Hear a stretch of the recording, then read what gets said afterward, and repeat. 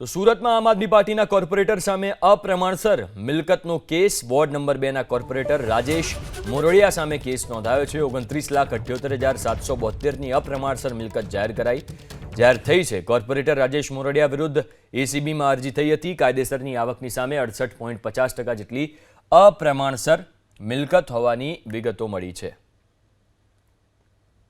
જે આજરોજ સુરત મહાનગરપાલિકાના વોર્ડ 2ના કોર્પોરેટર રાજેશ રાઘવજીભાઈ મોરડિયાનાઓ વિરુદ્ધ અપ્રમાણસર મિલકતનો ગુનો રજીસ્ટર કરવામાં આવેલો છે।